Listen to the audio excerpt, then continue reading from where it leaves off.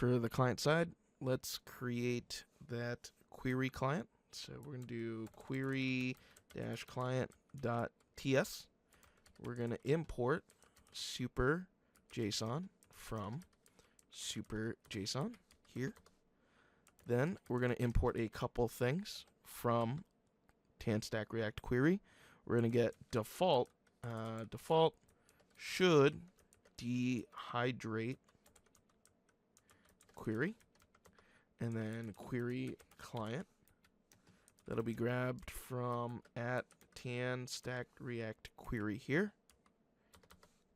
And then we're going to create a function here, const make query client, which will be an arrow function, and we'll be returning new query client.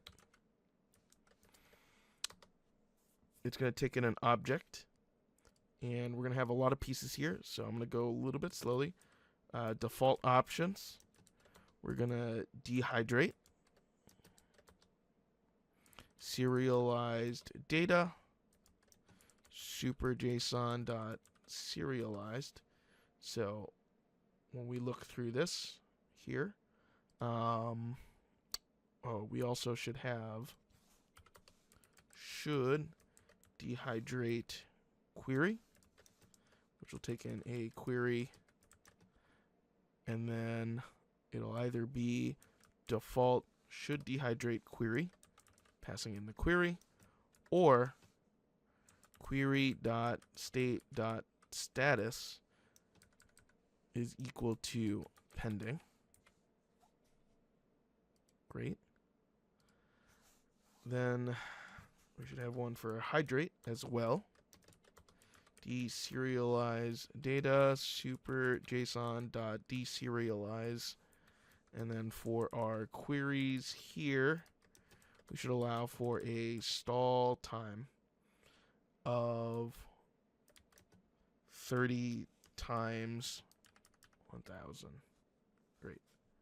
So that's basically 30 seconds. It's in milliseconds. So we can multiply it by 1,000. So you might be wondering what dehydrate and hydrate means in the context of why they're in our default options here. What is all this serializing? So in TANStack Query, dehydrating means taking all of the cached query data on the client or server and turning it into a JSON object. That's where super JSON comes in. We can serialize it. Usually we send it to the client in server-side rendering. Hydration is the reverse. When the client receives the data, it uses it to, quote-unquote, fill in the query cache right away, so queries don't have to refetch from the server. This way, it allows for us to load in really quickly static pages and server-side rendering. And it makes it feel really instant because the data is available as soon as the page loads. Instead of having the page load, then we wait for the API call to resolve, which typically is how it works beforehand. This tries to preempt it by grabbing everything onto a cache on the server side and then retrieve it onto the client along with the data needed to load the page. So great, now that we have this make query client function, we can import it into here. Great, it's just /client query client. If you don't like that, then you can do the @/tRPC/client instead of ... here. But again, since I'm not moving these files anywhere and don't anticipate it, I'm fine with the ... notation here. Next, let's move on to creating the tRPC instance that we can use on the client side.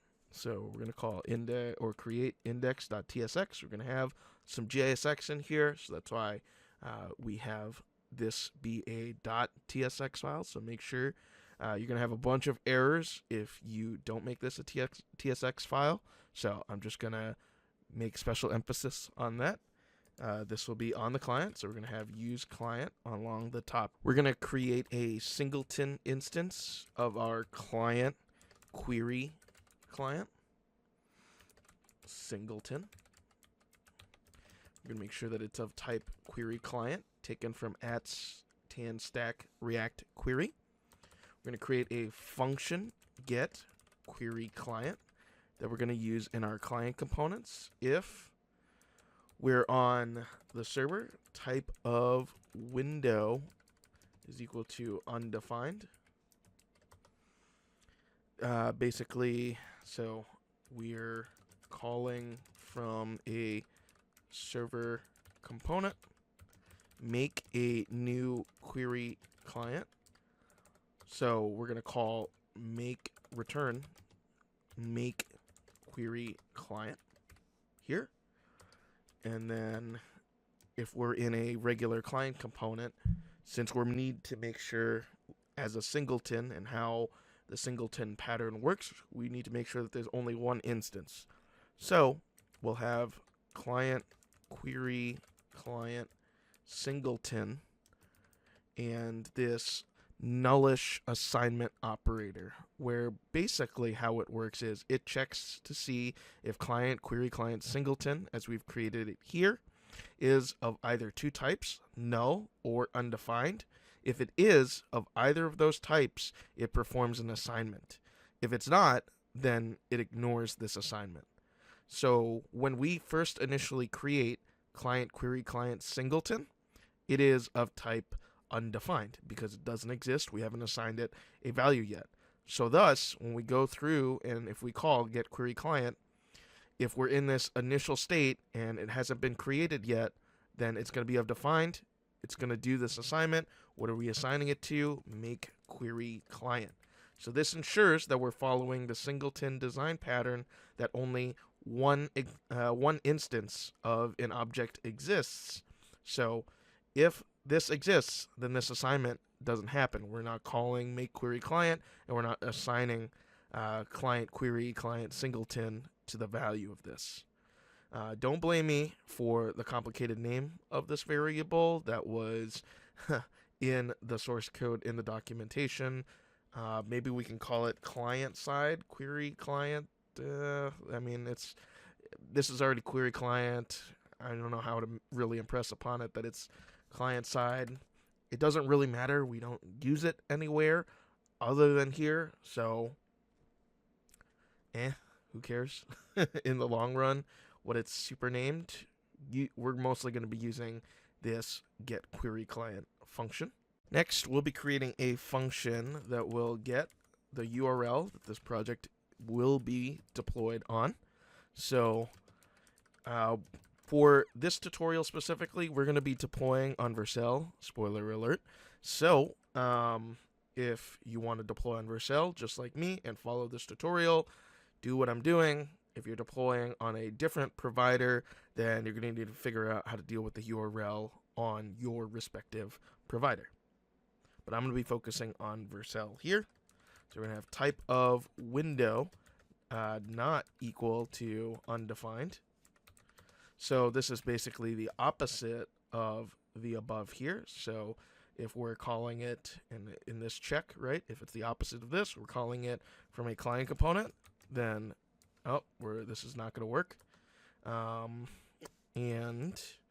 we need to make sure if process.environment.vercel _URL, make sure that you write it exactly this way.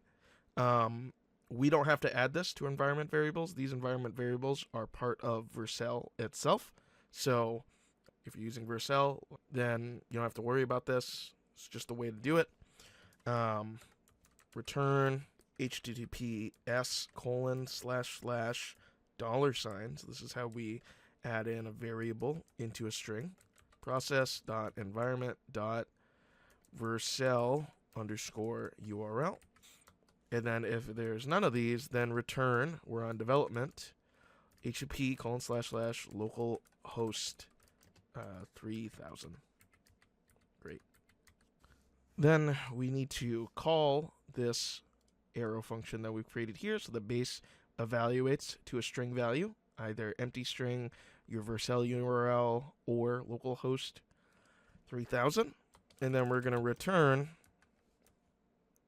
one of those three values, base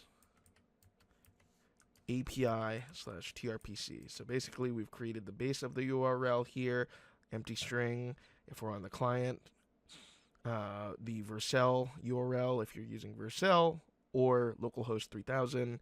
If it's not either of these, then we're in development, and we're returning that and specifying the API route that we're providing. So, great. Now that we have both of those functions, we can create a tRPC provider.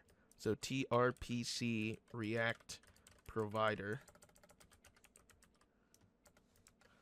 It's going to take in props, read only, children of type React node. I saw something import there. Let me make sure that it's the right thing. Yep, React from React. Let me change these, or clean up the imports so they're in ABC order. Great.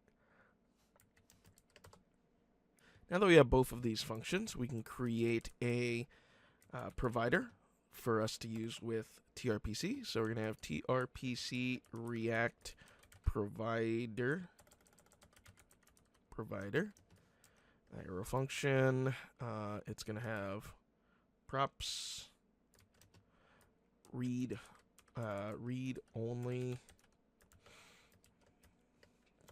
children, type React node. Great. Wait, this goes here. There we go. Arrow function here, and we are going to be grabbing our query client using get query client. Then creating a tRPC client here using use state, also from React. And in this state, we're going to be returning create tRPC client here, grabbed from at tRPC/client. So make sure it's not at /tRPC client. We're not grabbing it, obviously, from this own file, but we're grabbing it from the package itself. So we'll just move those around a little bit. And then it will have of type app router, so we need that. Grab it from our server/routers underscore app.ts here. Let's close that. Then provide an object to this function. We'll have links, and links will be HTTP batch link taken from tRPC client as well. This is a function that we'll call and provide in a transformer, which will be super JSON. That does not, no, we want all lowercase one. So let's just go up to the top here, import super JSON from super JSON. Great. And then for the URL, we're going to call get URL. Awesome. Just make sure we provide all the things that we need here. Oh, that's semicolon. Then we're going to return query client provider taken from at tanstack react query here. It takes in a prop client, which will be our query client here. Then we need to provide in tRPC provider.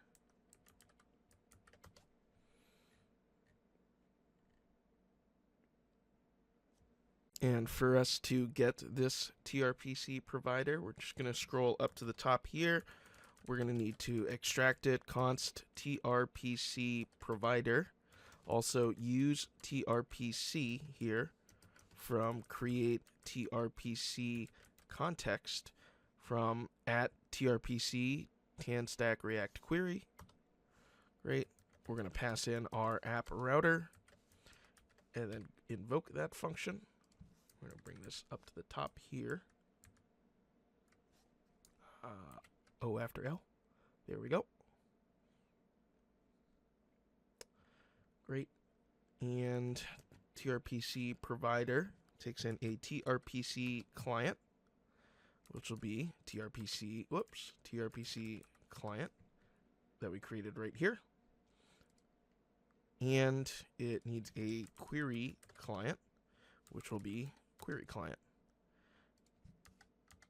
And then we will provide props.children. Wonderful. So I caught a little thing here. So we are importing the full query client here, but we're really just using it as a type. So it's more of an efficiency thing in bundling size. It's not too big of a deal since this isn't used more than once. It's literally actually only being used once here with a singleton. But really, if we're being super tough on ourselves, then it should be of type query client. So if we're using something as a type, we'll grab it here like that. So this will only be used as a type in the bundle. As you can see, they're both essentially equivalent, but you know, in the final bundling, this is a little bit more efficient. So all in all, we have our two functions here, which we use inside of our provider. Now we're going to have to create the provider and wrap our application inside of it. Last thing before we finish up with our setup is creating the overall providers at the app level that will hold our tRPC and tanstack query providers that we've created here. What we're going to do is just close everything down so that we can kind of clean things up, make sure that we can figure out where the right spot to put things are. At the source directory level, which, you know, if we just open this up, right click on this and add in a providers directory here, we can create an index.tsx file. Our provider will be a client component, so we need to add in use client on the top here. We're going to provide an interface so we can provide some props for our provider.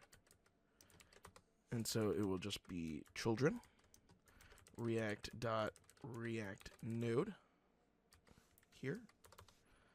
Export const provider is equal to, we're just going to extract children from our provider props here. Great. And then we're going to create a quick state here is mounted. Set is mounted. That will be use state grabbed from React, and the initial value will be false. We're going to use a use effect here. We're going to set is mounted to be true inside of this use effect. We're going to have its dependency array be empty. If not is mounted, return null. Otherwise, we're going to return our tRPC React provider here, and then wrap our children inside of it. Great. So what's going on here? Why am I doing all this stuff and having to put our tRPC React provider inside of another provider? So one of the things that I'm trying to avoid here is something that is unique to server-side rendering. This didn't used to exist in base React, but as we started doing more things on the server side, we had to make sure that things on the server match what is on the client. So what I'm doing here is to check when the provider, which we've said is a client component, we've declared it to be so on the top here with use client. Once it mounts via this use effect, we want to set use is mounted to be true, thus triggering a re-render. Because initially, when we go through and this component is evaluated, the state is currently false. We're not mounted. So if we're not mounted, then we return null. We don't do anything at all. In this way, it's because we're going to be doing API calls. And before the API call has come in, we don't want to render anything because some things might rely on the data that we're pulling in. So until we get that data and until the provider and the tRPC provider is mounted, we don't want to render anything else.